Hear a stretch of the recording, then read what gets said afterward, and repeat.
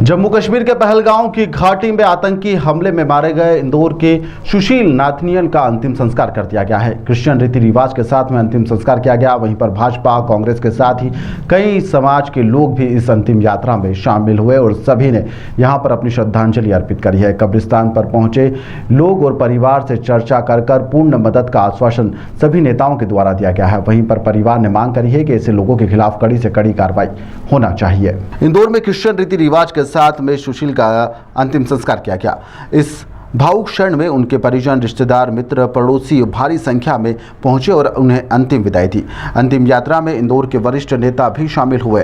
सभी ने इस विभत्स आतंकी घटना की कड़ी निंदा करी। दोनों ही दल के नेताओं ने यहां पर आतंकवादियों के खिलाफ कठोर कार्रवाई की मांग करी और कहा कि देश इस आतंकवादी घटना को बिल्कुल भी सहन नहीं करेगा और इसके खिलाफ सख्त से सख्त कार्रवाई की जाएगी। मुस्लिम किसी ने बोला हाँ तो कलमा पढ़ के बताओ, और अगर कलमा भी पढ़ दी उसके बाद उसने बोला कि अपने नीचे के कपड़े खोल के बताओ, और उनने बोला कि खातून नहीं है तुम्हारा तो सीधे गोली मार दी।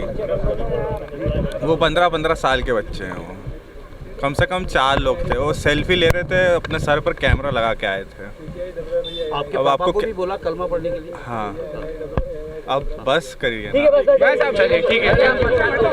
ये बहुत दुखद घटना है। पूरा प्रदेश, पूरा राष्ट्र इस घटना से हिल गया है। 28 में से एक मध्य प्रदेश का सपूत सुनील भी है।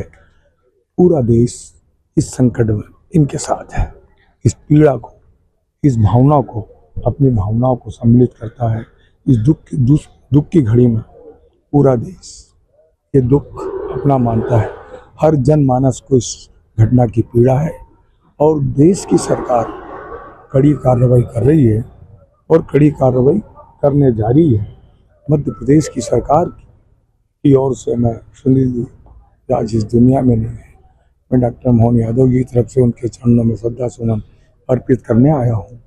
और इस संकट की घड़ी में मध्य प्रदेश की सरकार पूरे उनके साथ खड़ी है।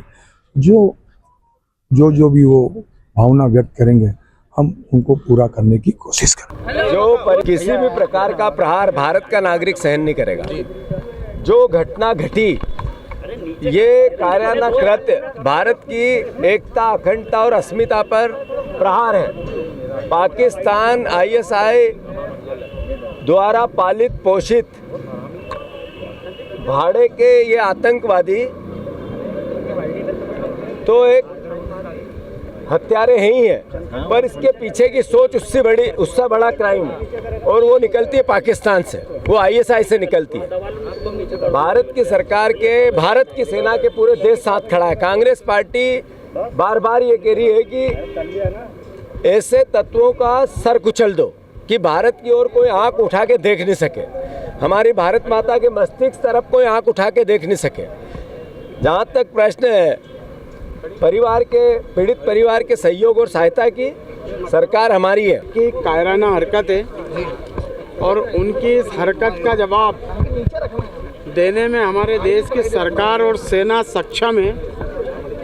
और देश के यशस्वी प्रधानमंत्री माननीय नरेंद्र मोदी जी और देश के गृह मंत्री माननीय अमित शाह जी और रक्षा मंत्री माननीय राजनाथ सिंह जी के नेतृत्व में कल जो बैठक हुई है और उसमें जिस प्रकार के निर्णय हुए हैं, उससे इस बात का स्पष्ट संकेत होता है कि इस बार सरकार आतंकवादियों से और आतंकवादियों की मदद करने वालों से आर पार की लड़ाई के मोड़ में दिखलाई पड़ रही है। मैं समस्त देशवासियों से आग्रह करूंगा कि हम देश में शांति बनाए रखें और इन आतंकवादियों को इनके सही स्थान पर पहुंचाने के लिए इस देश की सरकार और हम सब भारतवासी कटिबद्ध हैं।